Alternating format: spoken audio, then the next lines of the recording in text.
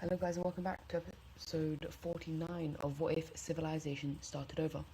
In the last episode, we saw, well, the main thing we saw happening, or one of the main things, we saw a very large kind of alliance, economical alliance being formed inside of the Mediterranean. And the other thing that we saw happening was this country that was over here just collapsing. And yeah, we're just going to head straight into the video. So, as we know, the Japanese country has been very kind of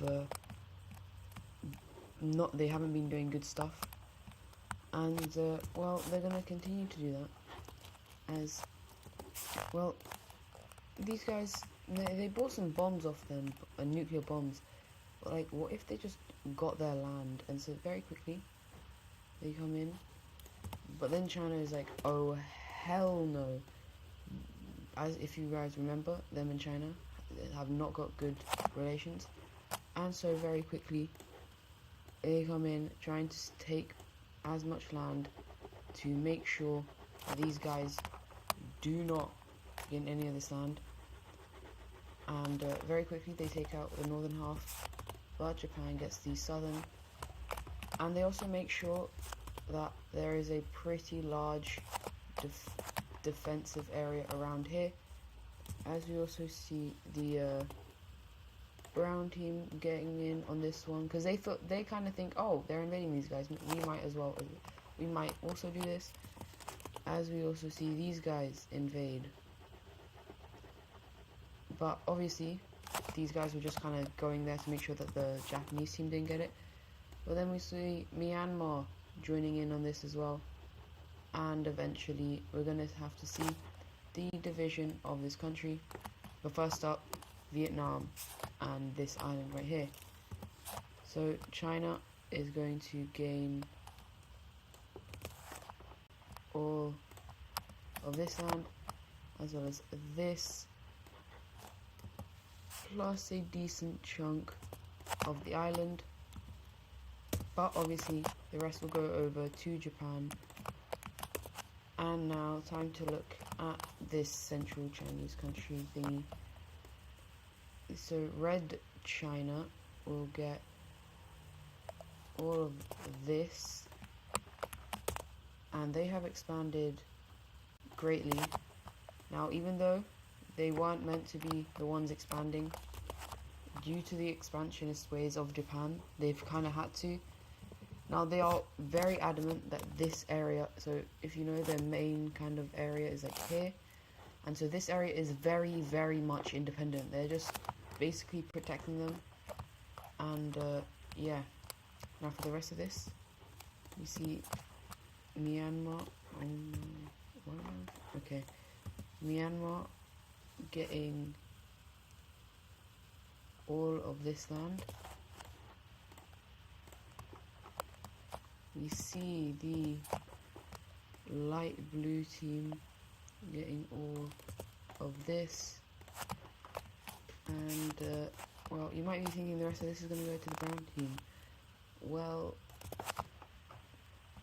not exactly. They do take quite a large amount, but they don't take all of it, as they leave the rest of this as its own country. But this thing is incredibly weak, and it's just going to form a brand new government, which, yeah, it doesn't really do anything. It's not a very important country, and they don't even have a major city. Fantastic. But anyways, Japan isn't done expanding. Now this time, what they're going to do is they're going to start invading into here. And obviously China is going to come back and invade in as well. But immediately these guys just start fleeing. And China's military comes around looking for them in the water as well. But nothing is there, and so they kind of stay. But, well, this was Japan's whole plan. We see Japan landing on the north of this island very quickly and swiftly moving in. And then, right as Chinese troops arrive in surrounding countries, oh, okay, right. Vietnam, or southern Vietnam, is getting invaded by Japan, and it is a time where the Japanese military IQ is just superior, and yeah, this area is one of the most hostile areas in the world, and I might even, should I show the, I'll show kind of what the navies look like, because obviously a lot of these areas have to be connected, and so all of this is yellow.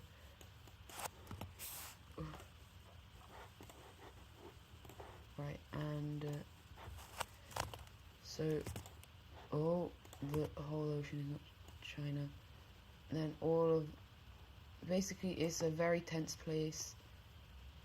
And also up here, they obviously don't own all of it, but I'm just going to do this because it's getting quite long. But yeah, they take all of this, and then Japan's is something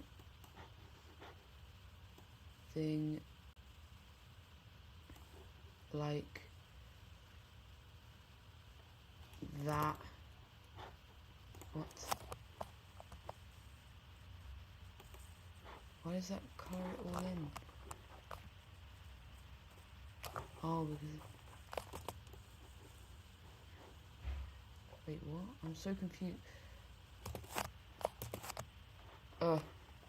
Anyways, basically what I've outlined here is what they have. But anyways...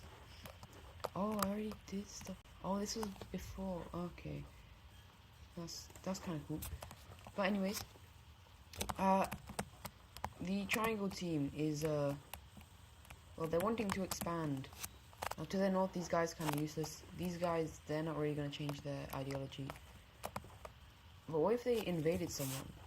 Yeah, their idea is to invade a very old country, and so that is what they do. They come in at lightning speed. The Triangle Alliance is slowly becoming a very formidable and strong alliance. But then they send over an offer to the Orange team. Join us, become communist, and you can get parts of the Green team. If not, bad stuff will happen. And so for a long time, the Triangle team doesn't get a reply. And so eventually they're like, you know what, we've had enough. They just, no, they take a very large amount. And then they look over to India, and they give over the same kind of offer. And India is like, I bet. And then they just take all of this. And let's see the, oh, this promises. Right, let's see the peace treaty. We're going to have, obviously, the Indian country will actually gain a lot more than what they invaded, and they'll even get lands that they weren't ever thinking of invading. And so this is what their new land looks like. Bit odd on the map, but oh well. Then we have the this kind of purple team, and they will take all of this, and yeah, the rest of these will be turned into new countries. You will gain probably even more land. Oh. Right, take all of this, Now let me just get a... So this is the rest of the land that needs dividing. And so I'm going to do that real quick. We're going to see a weird looking country right here. And then this will actually only be turned into 2 new countries. It will be a small peach team up here in the north, while the rest of this will become a dark grey team. Now all these countries are communist, and yeah,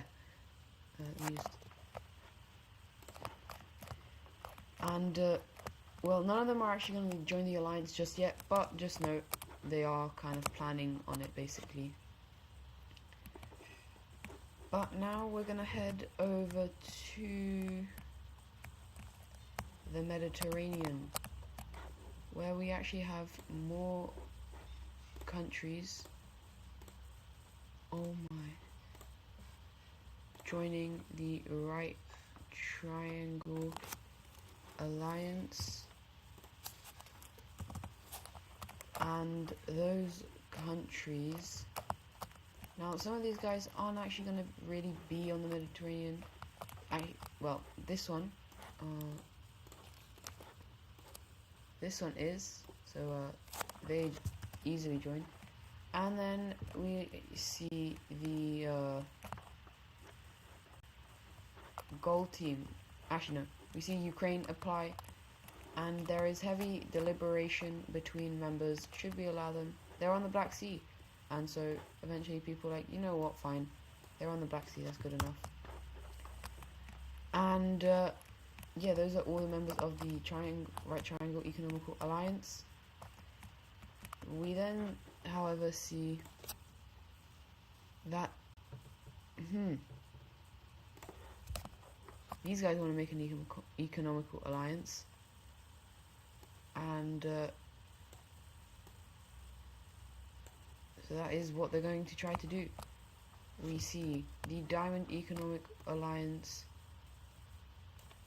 being created, and it's meant to be very prosperous, and it is basically to counter the Mediterranean Right Triangle Alliance.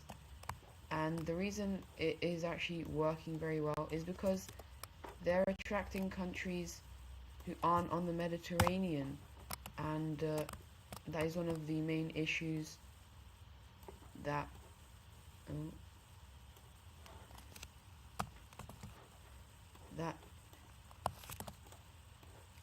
the other countries are currently, or the Right Triangle Alliance is currently enduring, and well, it's becoming a full-on economical battle. You can kind of see the yeah, if you see it, it kind of looks something like this. Yeah, and they actually have influence over this area. And so this is basically what it looks like. These guys are known as like the Eastern Mediterranean Economical Alliance, while this is the Western one. But we're now going to head away from alliances, and well, as we know, there are only a couple of countries with nuclear bombs. Oh, these guys had 10. I kind of forgot about that. Yeah, they don't have 10. Those were destroyed. These guys are very anti-nukes, even though they do have their own. And so they're actually going to decide to create the anti-nuclear alliance, or the Anti-Nuclear Organization. And so that is going to be